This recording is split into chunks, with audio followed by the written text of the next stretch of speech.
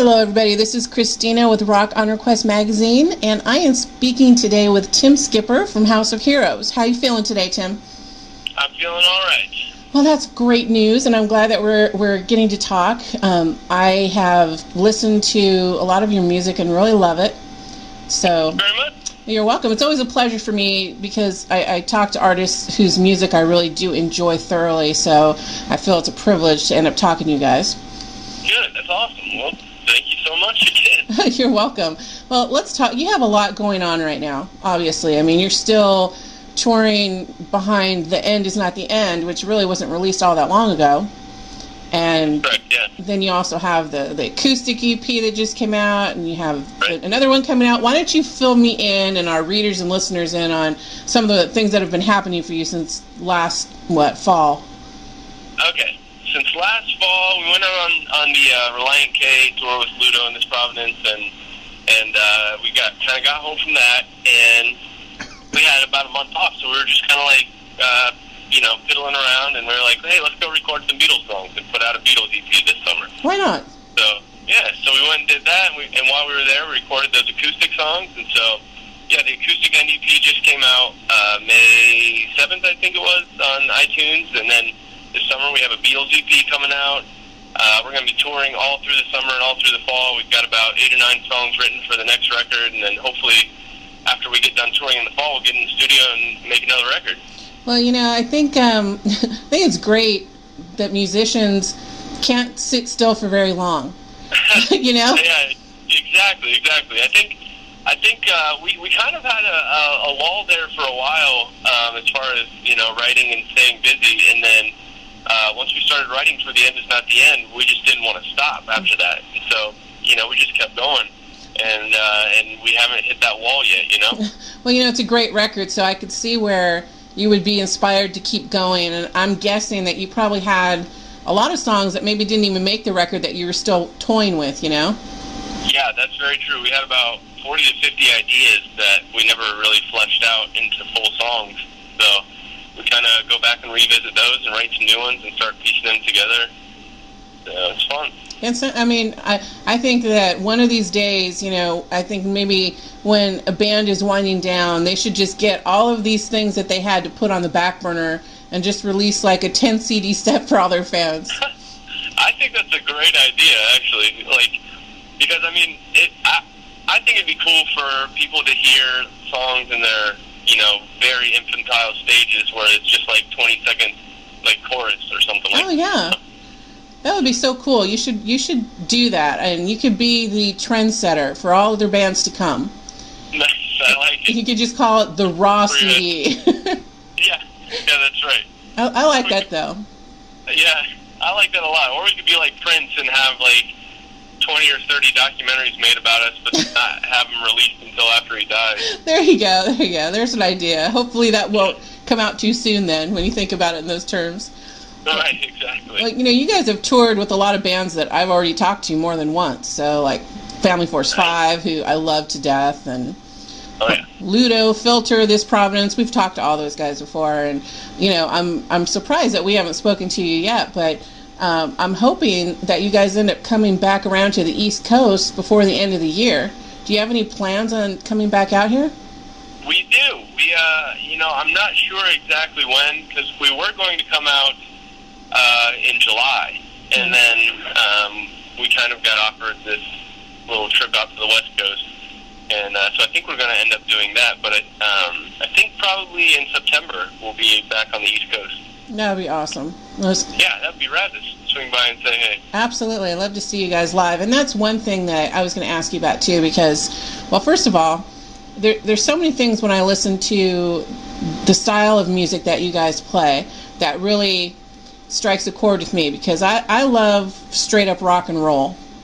And there's a lot of factors that you guys blend together, but for me there's still the main tone is a true rock feel, and you do kind of pull out a lot of that fun Beatles feeling, and you guys do a lot of this stuff totally just not mechanically altered is what I'm trying to say. Right, yeah. Which I think it's fantastic. I'm really glad that you noticed that. Yeah, well, I try. But, I really respect artists that are doing that kind of thing now. And I've spoken to a few of them who are just straight out, we don't want anything to sound manufactured. We want this to be us. And it's a mark of a great band, as far as I'm concerned, who can put out a record like that and it sounds fantastic. Awesome. Yeah, thank you very much. Yeah, that's something that we definitely strive to do. We didn't want to use auto-tune or anything in the studio, and especially on the backing vocals, we did it the way the Beatles and Queen did it. We just all stood around one mic and sang our parts until we got it right. And it's actually our personal taste is a little bit more like once we got the final mix of this record, we were kind of like, sounds a little too, polished for our taste. Like, we wanted the drums and the guitars to sound a little bit, I guess more raw. Right. So I think next record, though, we're definitely just keeping going with that, like lots of harmonies, lots of riffs, and so I'm really excited about the next record. Well, I am too. I can't, every time I hear a really good record, and I know that the artist is working on another one, I'm thinking, God, how could they improve upon this? So it's always interesting for me to see what they come up with. Right on. Well, the thing I like about you guys, too, is that you have this really great reputation for delivering what you do live to your fans. Now, how do you guys, when you're writing and you're recording, do you guys do this with the thought in your head that, okay, how are we going to pull this off live? Are we going to be able to make it respectable? Yeah, you know what? When we did our first record, that is we wouldn't put a part on the record that we couldn't do live. Yeah. And then when we went in to do this record, The End Is Not the End, we were a little bit less conservative, and so we kind of indulged ourselves with some of the studio trickeries a little bit. But at the same time, when it came to time to try to work out the songs live, we were like, we got to have all the harmonies that we can possibly have, and there's a few tricks that we can't pull off live, but with four people singing, if there's a part in the record where there's like 8 vocal parts or something like that, if you have 4 people singing, it's so loud that you can't really tell that the parts are missing. That's true, but and I also do love when you're talking about everybody singing. It just seems like more of a, I don't know, a blended, inspirational feeling to have everybody just so talented and actively involved in the music. Yeah, exactly, totally. It is. It's really awesome, and especially, AJ, our bass player, he actually writes most of the lyrics, and he's been singing lead, a little bit here and there lately, and so it's really fun because everybody gets to contribute. We kind of have a rule where it's like no one person can write a whole song by themselves. You have to bring your ideas to the band, and then we'll work it out together. Because we all write in different ways, and we feel like this band is greater than the sum of its parts. You know what I mean? That's a great attitude, and unfortunately, not more bands approach things that way, and they should. And I think that says a lot about just your whole outlook on life and the band itself, and what you want to put out to your fans. And do you think that your genre, particularly of rock, there's so many different subgenres in rock, and it seems to me like just kind of the straight up rockers that I know, they're all about, let's just make this fun. Let's make this really fun, great music, promote love and so forth. And do you think that, that's something that you consciously do when you're writing and performing?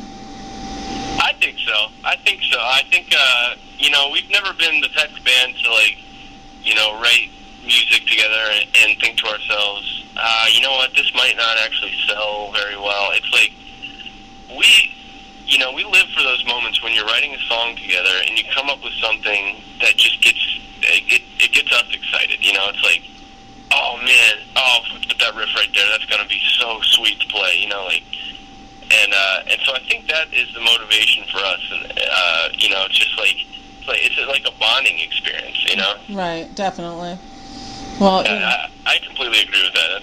It's a very awesome thing.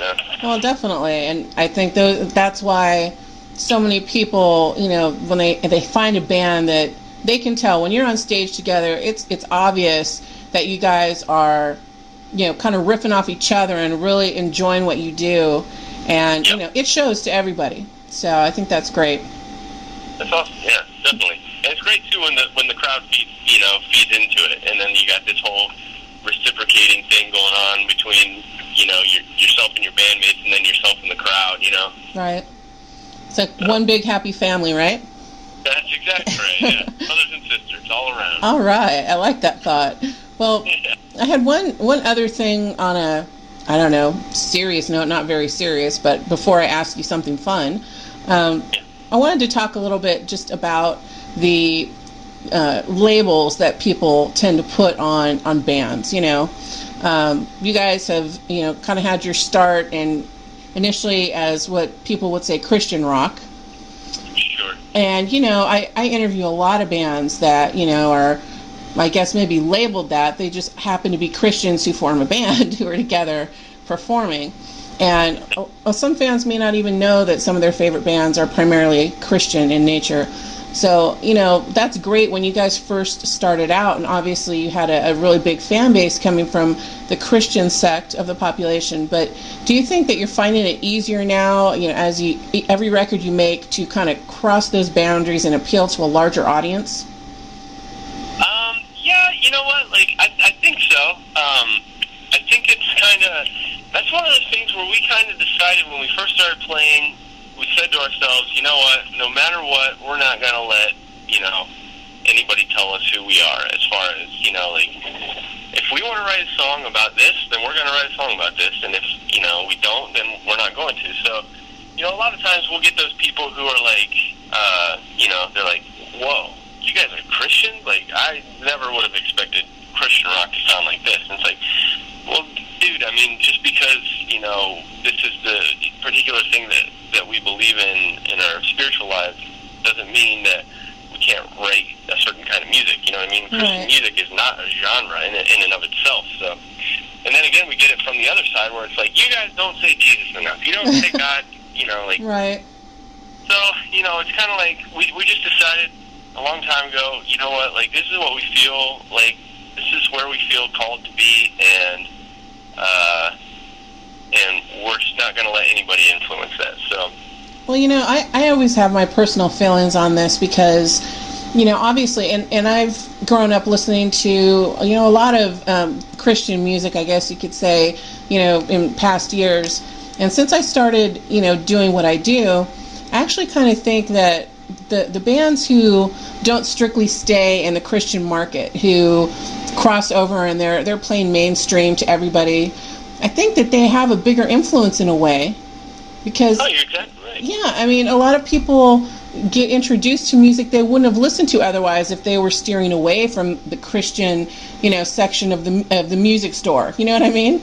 Yeah, that's exactly right. Yeah, I think that's very true. I think you kind of have to look for it, but there are so many creative bands who have, with Christian members in them, like Me Without You, for instance. There's not a band in the world that sounds like them. Right.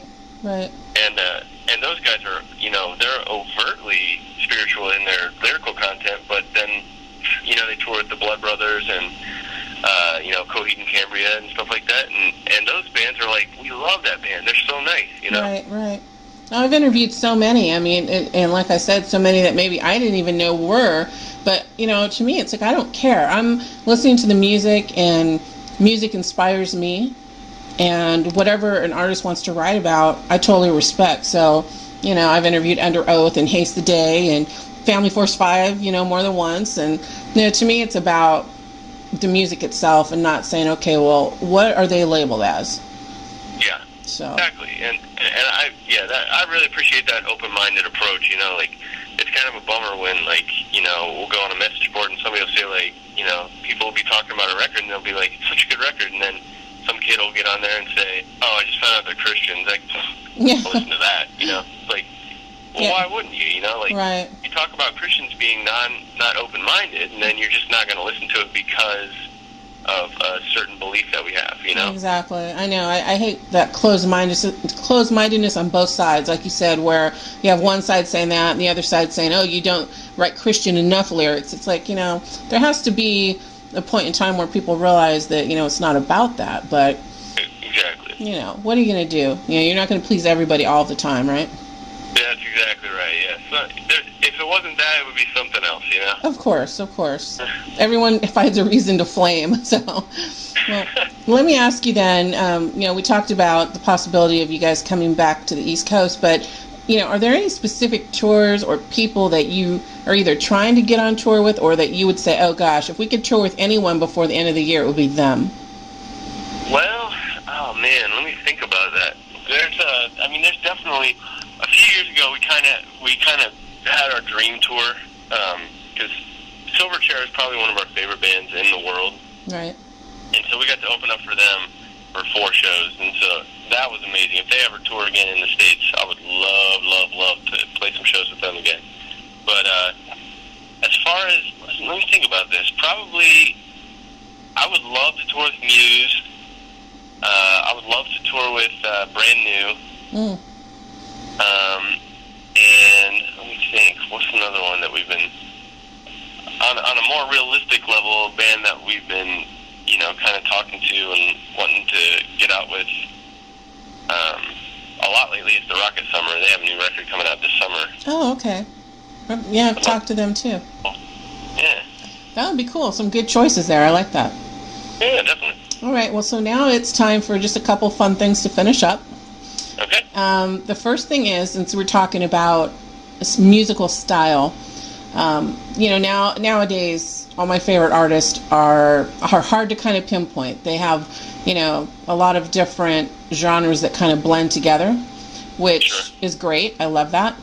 But, I've taken to asking some of them how they would name their musical style. Give me a made-up name for what you do on stage. And, some of the examples that stick with me. What did someone tell me the other day? The Jonas Brothers on acid. I've had a comparison like that, similar to Miley Cyrus, or Dance Hall Fight Club music was another one of my favorites. So, Dance Hall Fight Club. Don't you love that? That's great. So, if you had to do that for your music, could you create a name and tell us what it would be? Okay, give me just 1 second to think of something good. Sure. I would say we used to call ourselves shirt rock, t-shirt rock. Okay. But that doesn't quite encompass what we do now. So I would say modern classic rock is what we try to do. See, I like that a lot because that really does. Those are my favorites for me to listen to. Is I love classic rock, but I also love the modern rock that has a classic flavor. Definitely. So that's perfect. I like that. All right, the last thing I have then for you, Tim, is something that everyone I interview gets to do, if they choose to. Since you get asked a lot of questions by interviewers like myself, some of them very boring, you get the opportunity to turn the tables and you can ask me anything at all in the world that you want. It doesn't have to be about music, it could be about anything. You could just go for it. And will you be completely honest with me? Absolutely. Who's the worst interview you've ever had? Oh gosh, this is such a... it's funny because people always think if they ask me that, I'm not going to be able to say. Right. I totally have an answer for that. Oh, yes! Oh, okay. And, it's funny because anyone who has listened to my podcast or read the magazine, they probably already know this because people ask me. All right. So are you ready? Yeah, I'm ready. All right. Senses Fail. Interview the lead singer... Buddy. Buddy. Almost, I guess 2 years ago now, a little bit more. And, he has kind of a reputation for being a jerk here and there. But I've heard such a thing. Yeah, and, more than anything, I think it's more of an image. But it's funny because I did interview him, and he did go over and above to try and make me feel uncomfortable or just to act like he didn't even want to be there, and ended up saying something thoroughly disgusting to try and throw me off my game. That I don't even think you'd want to know what he said. Probably not. It was really bad. But, things don't shock me. Of course, I'm around musicians all the time, but that was just like his attempt at really making it a bad interview. So, I just kept going and finished the interview and didn't let it faze me, but I said that day that I would never interview him again. Yeah. and I've stuck to it because, you know, they've come out with a new record since then, and I know they're publicists, and I've been asked to interview them again. But I just have this motto kind of not putting myself through something bad if I don't have to.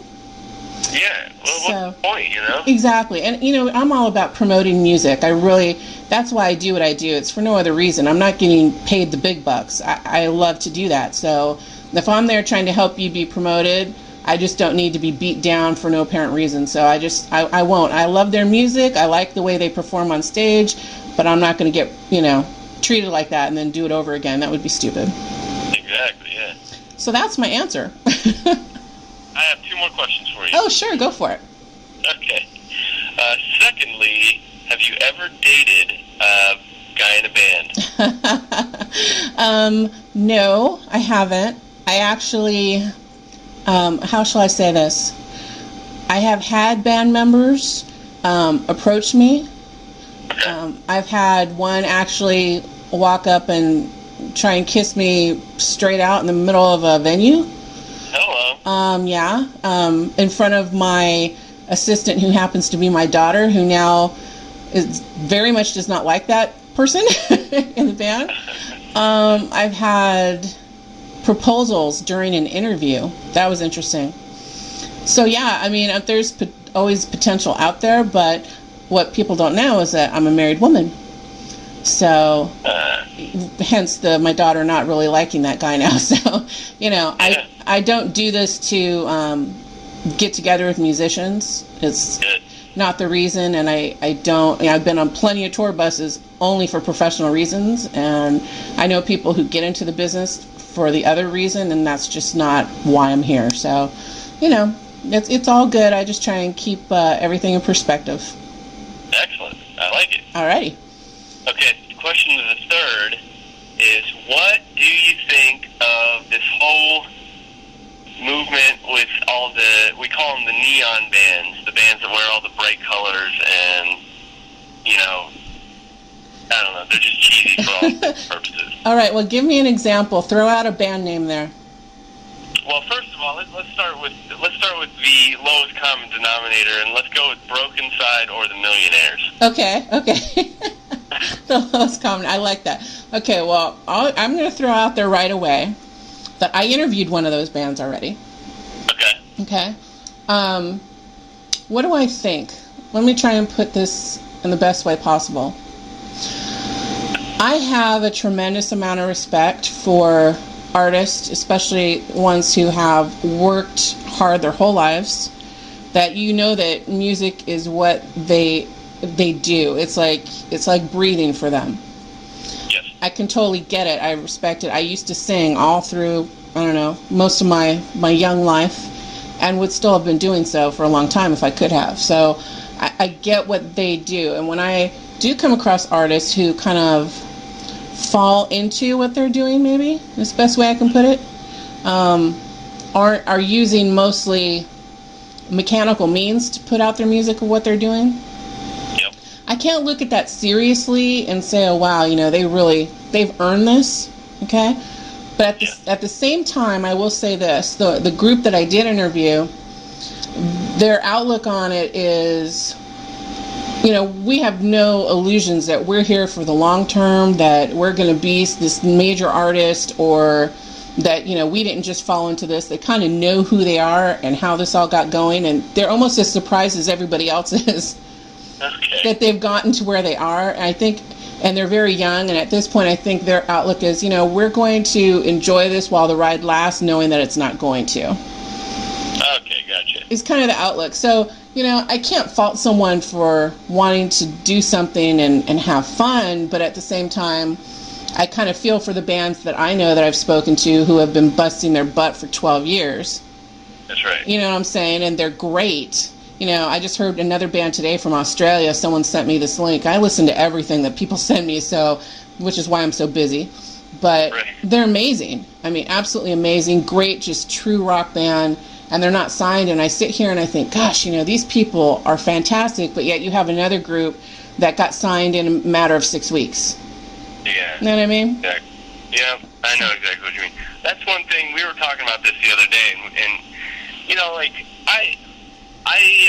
Several years ago, I learned to kind of just accept that this is the way of the world, and the people that put in the time and effort and really try to make something true and genuine aren't necessarily the ones that are always rewarded. Right. And so, especially when it comes to music, it's like, you know what, like, just, you got to do what you want to do, and you can't talk too much crap about some band that you don't even know the people, so. Right, that's true. So my guys were talking a bunch of crap about some bands, and especially those two bands that I mentioned earlier, and I was thinking about it, and I was just like, you know what, guys, I think, what would make us all feel a lot better is, instead of talking about how bad it is and how much we don't like it, let's just call it not music.